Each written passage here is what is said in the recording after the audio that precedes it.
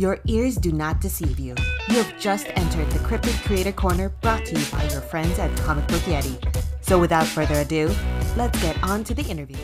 This is Byron O'Neill for Comic Book Yeti, sitting down today with Georgiana Brown and Nathan Tomsic, the co-writers of the all-ages fantasy sci-fi smash-up Juniper from Scout Comics. Welcome to you both all the way from the other side of the world. Good to be here. Thank you.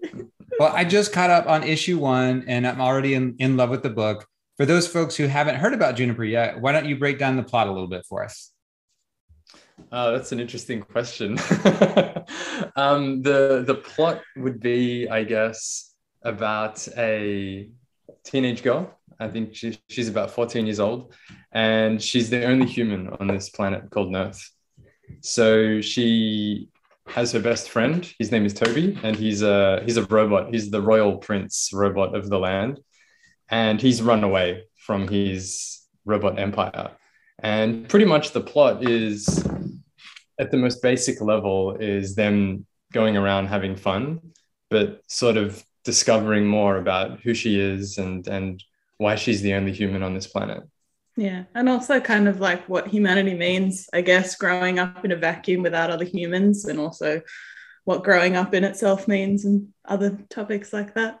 There's these really familiar visual elements in there for me. Like, I'm older, so you got like some little bit of Little Shop of Horrors with Stanley, who you meet in the first book. And I can't help but think of an association with like Kipo and the Age of Wonder Beast, which I have a 14-year-old and he absolutely loves. So, but like, what were some of your references for populating this kind of uniquely blended sci-fi fantasy world? That's a very good question. I think that both of us have a strong background in character design and across a bunch of different platforms, so like movies, video games. I wouldn't say that there was any references that we specifically discussed when we were writing it. It's more just taking moments from our life and people that we know in our real life, and then seeing how we can turn them into some sort of character, I suppose. So Stanley, you mentioned, the butler, that is a mashup of people that we would know in our real life, if that makes sense. Oh, absolutely. Yeah. I mean, honestly, Juniper and Toby feel like younger siblings to me, because, you know, Juniper's got the adventurous spirit kind of that everybody loves, and Toby was like slightly naughty, you know, but you know, always feigning innocence, but he's a bit of a troublemaker. So were those like people that you knew? You know, what were the genesis for those characters? That's a good one. So Juniper is actually a girl that I've met in my life. A major influence for the comic is Adventure Time. So you've got Finn and Jake, and I was traveling in 2019, and I'd been thinking about wanting to create some sort of story along the lines of Adventure Time, but I didn't really know how to pull it off. And I was in Bali at the time, and I'd bumped into this lady, and she was a single mother. She had an 8-year-old daughter, and they were living underneath a waterfall.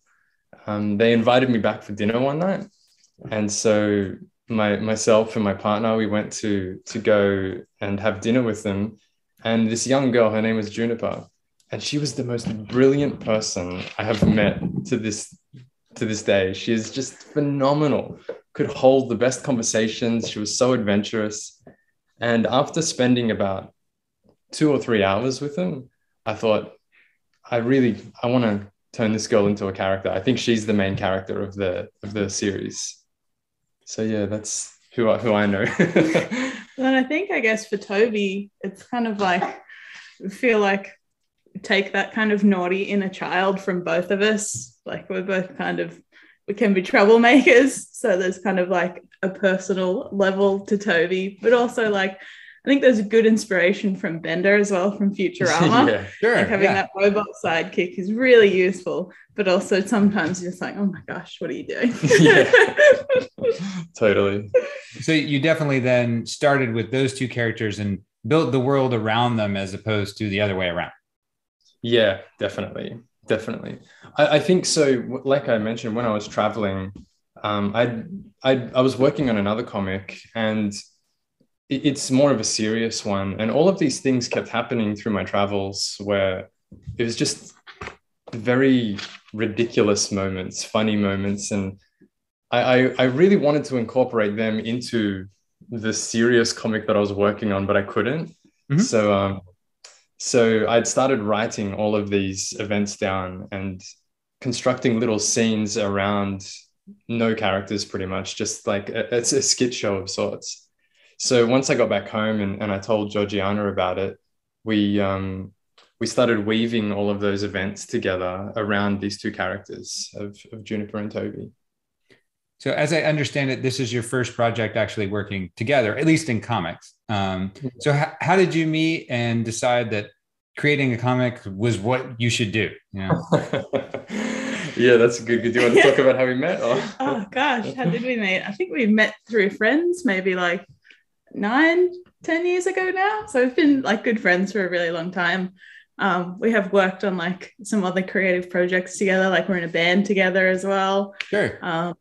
Yeah, we worked the same day job for a little while. Like, I guess we've just been around each other a lot. And then, yeah, Nathan we're both living in vans in Byron Bay at the moment, kind of being free. And Nathan came back from Bali and was like, write a comic with me. I've got such a good idea. I was like, you bet. So, yeah, it just kind of happened.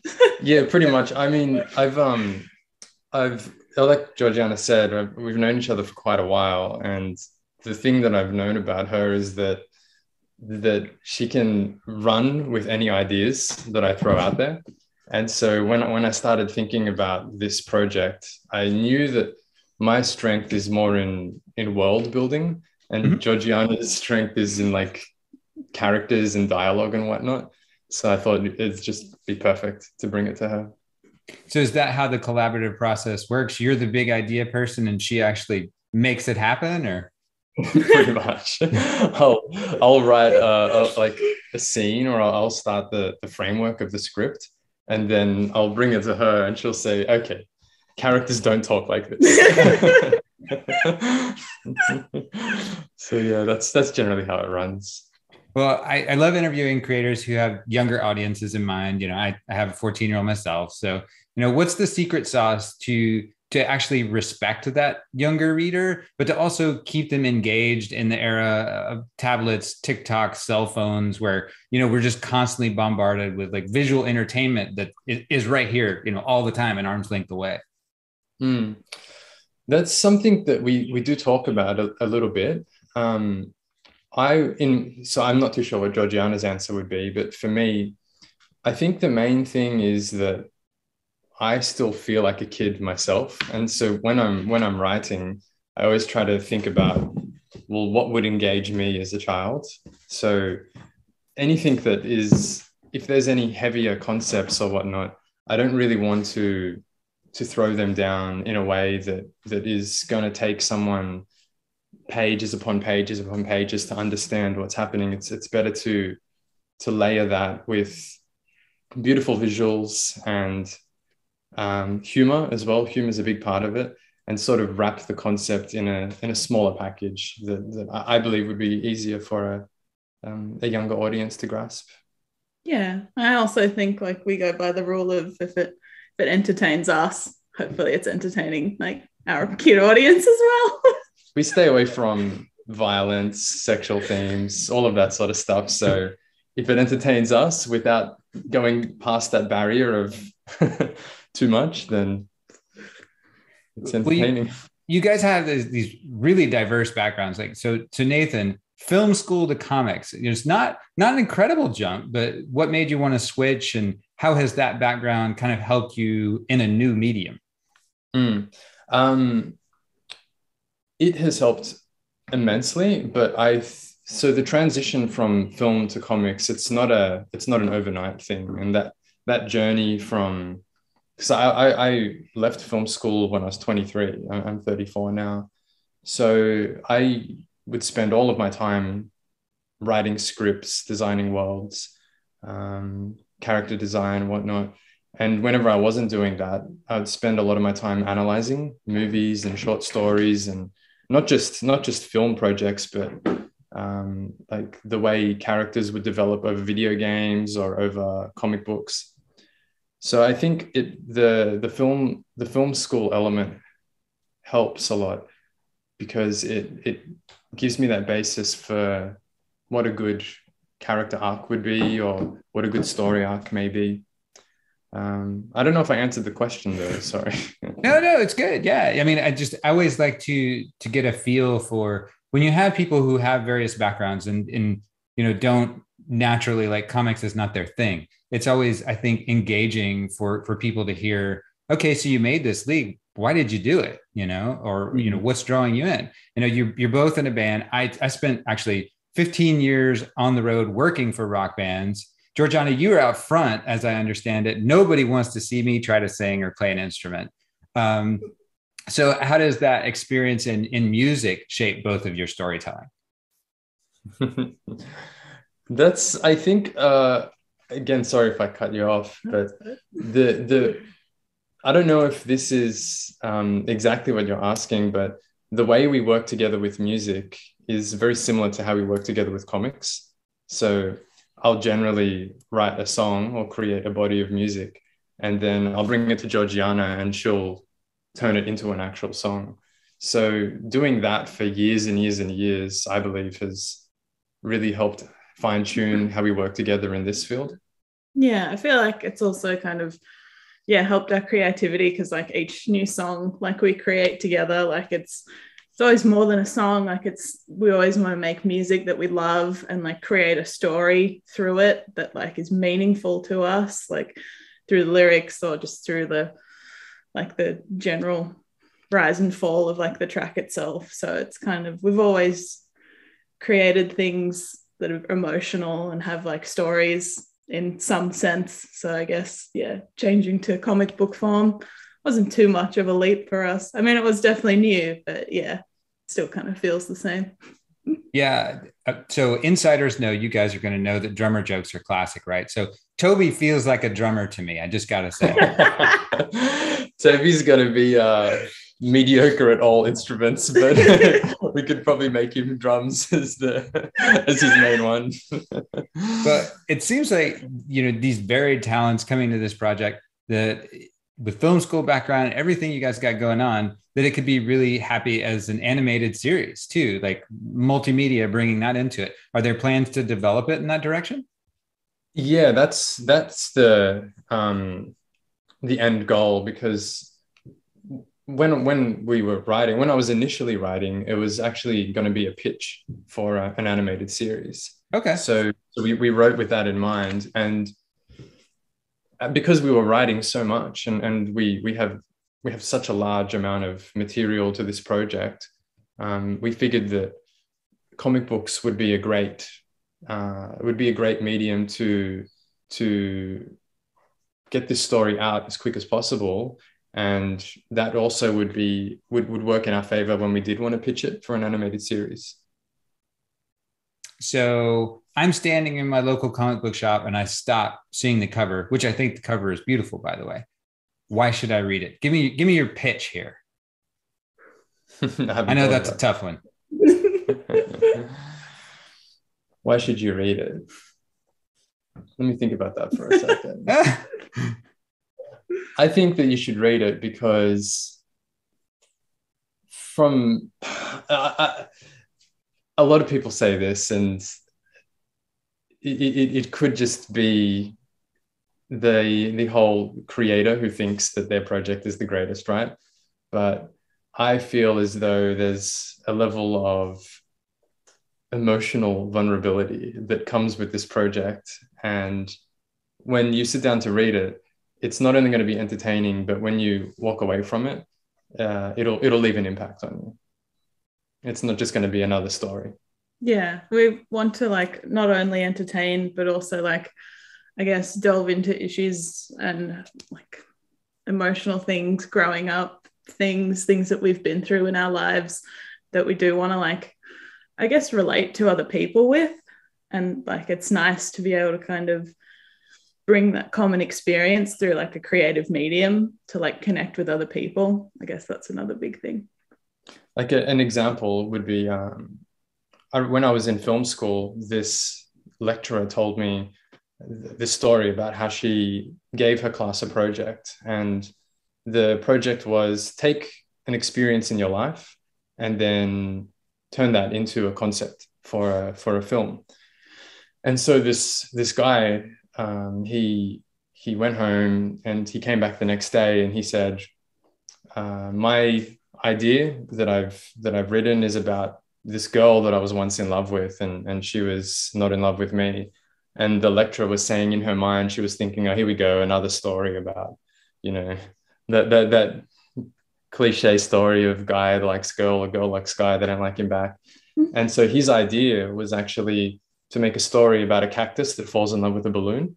Okay. And and that always stuck with me. So whenever we get to things, there is down the track, without giving anything away, but there'll be this town of characters that Juniper and Toby meet, and they're all rocks. They're made of boulders and they're like golems, and they have, for reasons that, I mean, I guess we could give a bit away, but they're unable to express themselves. That if they sing, if they dance, if they do anything that is outside of, you know, the normal day to day, they'll disappear. They'll vanish from the town. So everyone's terrified of expressing themselves, and the Juniper and Toby come along and they have to help resolve that.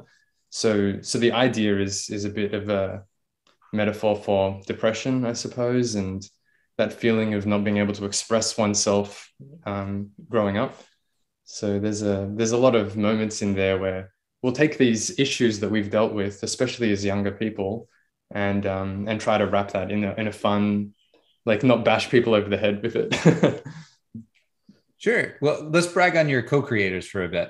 You know, Lorenzo's artwork is really fantastic. Seems very at home in that fantastical, fun, all ages topography for this book. How did he get involved? That's again an answer for me, I suppose. Sorry if I'm still in the show, Georgiana. Once we developed the idea and we wrote it, we had a very clear idea of what we wanted. I was searching on this Facebook group called Comic Book Writers, Connecting Comic Book Writers and Artists, I believe it is. And we were searching through, there's hundreds and hundreds, and so many amazing people, talented people. And Lorenzo's artwork just popped. He was this image of a mother monkey, a mother chimpanzee, I believe. I don't know what sort of monkey it was, but she was running away with her child. So she had a little baby monkey, and she was being chased by a lion. And the close-ups on her face as tears were coming out of her eyes, but it was all very playful as well. Like the art style was very playful whilst being highly emotional. And we thought straight away, that's our guy. So sent him a message and he loved the idea. So jumped on board. And he did the color work as well? Yeah, he does the color work too. Yeah. Okay. How much kind of guidance did you give him for like a roadmap, if you will, for the visuals? Or did he just kind of run with it? He's fantastic like that. So we will give him as much guidance as we can, but also because I would say that he's a third creator in this. He's not just an artist. Mm-hmm. So we give him as much guidance as we can, with allowing him enough room to put his own flair in. So that first issue, for example, like with Stanley, we just said that we want a plant that is a butler. We gave him a couple of examples of what that may look like, and then he just took it and ran. Yeah. It's beautiful. I loved that character. It just like that one jumped out at me. Stanley's got a very interesting part to play in this story. He's more than a butler. Well, and I know Tobin and his wife Alaire, that they seem to be working on half the projects I see with friends these days. How did Tobin enter the picture? Yeah, Tobin again is me. Deal in the show you are. Yeah, same deal. So I was working on, I've have another project going, which is a comic book, and that is more just a personal one. I'm not trying to get that published, but same deal. I was on the website, comic book artists and writers, looking for a letterer, and Tobin's stuff just really popped. So sent him a message. He said he was interested, and yeah, the rest is history. Well, I got to give a shout out to Scout because they're about 40 minutes down the road from me, actually. I'll get out. Yeah. How did you connect with them? We started sending out the pitch scripts to a few different like companies, seeing if like it was, I guess, worth picking up or like something anyone would be interested in. And I recall we had sent out a number of pitches, and it was like a last minute thing. We were looking online and we found Scout at the last second, and we were both tired and didn't really feel like, constructing any more emails or pitches, and it was a very last minute thing, very serendipitous. So that's the one, right? It's always the last one. Yeah, we sent it out, and I think like a day later they got back, and then they were like, "We want this." That's amazing. And it's part of their newer nonstop imprint, which is a cool format, but something I haven't really been familiar with. How does that work exactly? I don't know too much about that just yet. So we have a meeting lined up with Scout, I think next week, and we're going to talk a bit more about, because we're wrapping up the final issues very soon, hopefully in the next week or two, and then we're going to talk to them about how it's all coming out. Okay. Right now we're focused in the creative zone. Well, their website was saying that it's going to land as a graphic novel later this year, but also that you have several more arcs kind of already mapped out. So I'm imagining this is not going to be the last we'll see of Juniper and Toby. If it's up to us, it'll be going for a long time. Yeah, we have a lot of stories planned and arcs and things to discover about just the entirety of the world. So yeah, it could, if we have the leniency to do it, it could be quite long. Well, I'm curious. So as creators from Australia, what's the comic scene like there? I have kind of complete ignorance. Do indie books seem to be like booming as much as they are here in the States, or? Not really. Australia is a weird place when it comes to all forms of creativity, film, music, comics. It's like, I feel, and this could be possibly because I'm not looking hard enough, but I feel as though most creators of whatever field tend to have to spread out to the rest of the world. And then if they're able to find success in the rest of the world, then they can come back to Australia.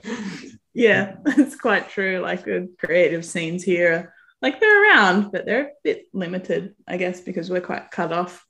Yeah. They're very limited. Well, do either of you have any other upcoming projects you want to drum up or like give a little bit of a window or insight into?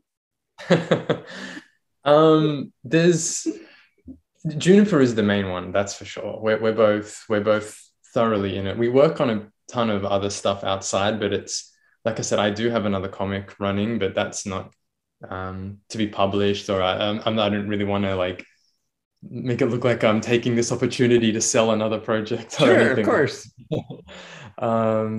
Music, we're both, like I said, we both working on music all of the time, and that's the main focus right now is getting Juniper out. So does the band have a website? Yeah, for sure. We're called Mojave Rains. Okay, we got to get that in there. We got to get Mojave Rains. Every opportunity to push, you got to do it. So Mojave Rains, and there's also, so I run a YouTube channel which is like true crime journalism. Okay, and that's got a pretty solid following. So once Juniper's ready to go, I'm going to advertise it over there too. That's if anyone's interested in true crime, it's called Dave's Lemonade. Okay, very cool. With all of the publishing stuff, delays with paper and stuff, it it's a little weird right now. We're all dealing with that. So when will we see Juniper on shelves and online exactly? From my understanding, the last time we spoke to Scout, it should hopefully be out at the end of this year. So maybe even sooner. Yeah, maybe even a bit sooner. But yeah, this year. Yeah. Okay. Well, Nathan and Georgiana, thanks so much for joining me today. I really appreciate you guys coming on the show. Thank you so much for having us. It's been a pleasure. Yeah, Juniper is a delightful book. I really enjoyed it. I think it's a great choice for kids or people who are just kids at heart, like I think all of us are. So if somebody's out there looking for a fantasy or a sci-fi comic, make sure to check it out. This is Byron O'Neill for Comic Book Yeti. Thanks everybody for tuning in. Take care and we'll see you next time. Take it easy. Thank you for joining us today for this episode of the Cryptid Creator Corner. We also have a podcast of the same name that you can download wherever you get your podcasts. Thanks for watching. If you enjoyed this episode of the Cryptid Creator Corner, maybe you would enjoy our sister podcast, Into the Comics Cave. Listen and subscribe wherever you get your podcasts.